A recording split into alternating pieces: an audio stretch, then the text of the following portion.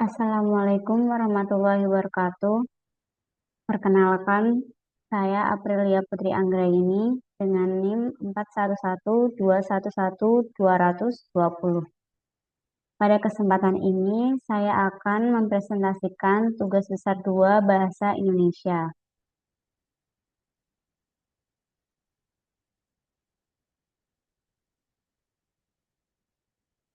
Tugas besar ini saya mengambil tema yaitu potensi bahasa Indonesia menjadi bahasa ASEAN atau Perbara, yaitu Perhimpunan Bangsa Asia Tenggara.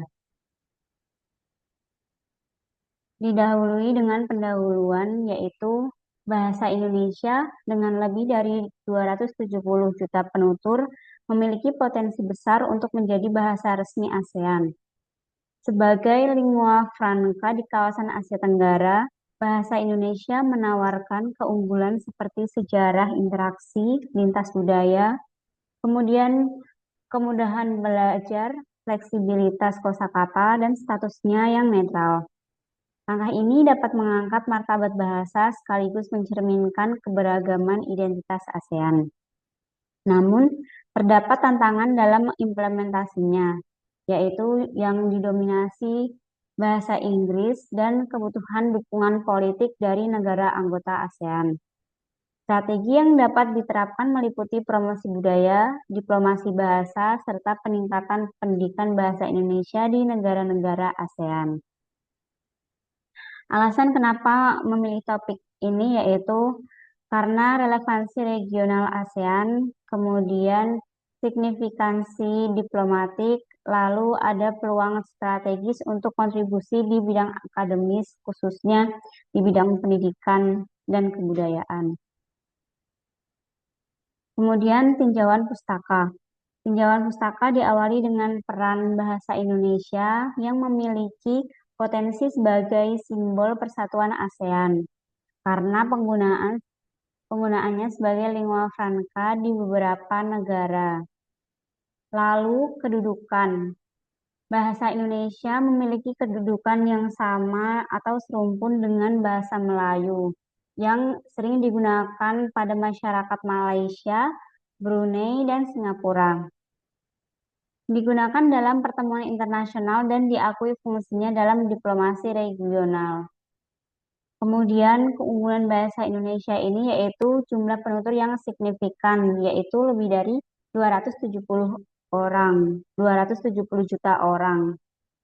Kemudahan pembelajaran yang memiliki struktur sederhana untuk memudahkan penutur asing dan dengan status netral tidak membawa beban sejarah kolonialisme yang dapat diterima secara budaya internasional.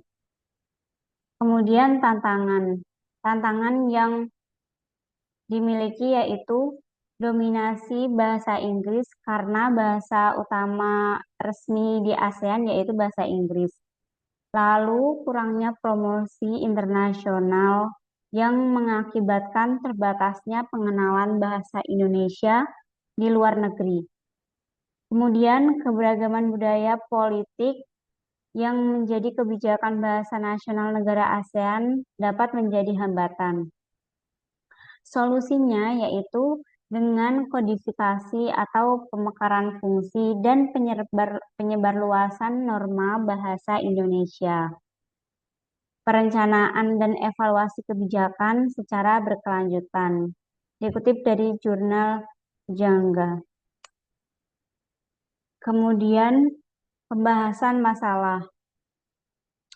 Potensi dan tantangan bahasa Indonesia sebagai bahasa resmi ASEAN yaitu bahasa Indonesia memiliki keunggulan kompetitif untuk menjadi bahasa resmi ASEAN dengan penutur yang jumlahnya banyak,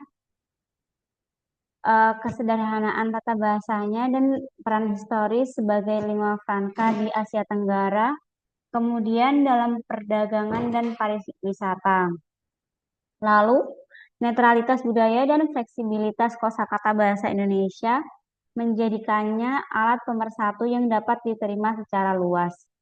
Namun, implementasinya menghadapi tantangan seperti dominasi bahasa Inggris sebagai bahasa resmi ASEAN, keragaman bahasa di kawasan, serta kurangnya promosi bahasa Indonesia secara global.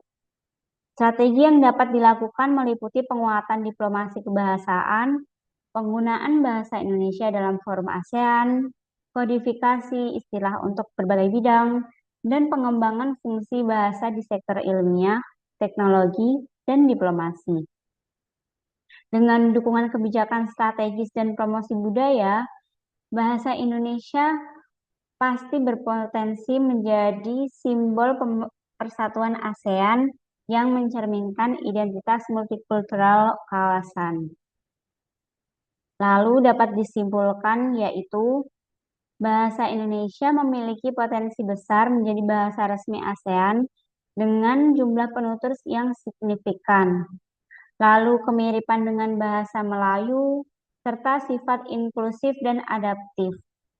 Bahasa ini telah berperan sebagai lingua franca di beberapa negara ASEAN dan menawarkan netralitas budaya dan politik. Namun, tantangan utama seperti dominasi bahasa Inggris, kurangnya promosi global, dan kompleksitas politik kawasan memerlukan perhatian serius. Nah, rekomendasi untuk penguatan bahasa Indonesia di kawasan ASEAN yaitu dapat berupa dengan penguatan diplomasi kebahasaan, dengan adanya program pertukaran pelajar, pelatihan bahasa, dan promosi budaya di negara ASEAN. Kemudian, integritas bahasa Indonesia yang penggunaannya dalam dokumen resmi dan pertemuan ASEAN. Maksudnya yaitu secara misal konvensi ASEAN maupun KTT ASEAN gitu, eh, kita bisa menggunakan bahasa resmi di rapat, di pertemuan dengan menggunakan bahasa Indonesia. Lalu, kodifikasi dan inovasi yang standarisasi istilah dan pengembangan kosakata baru di bidang teknologi, sains, dan diplomasi.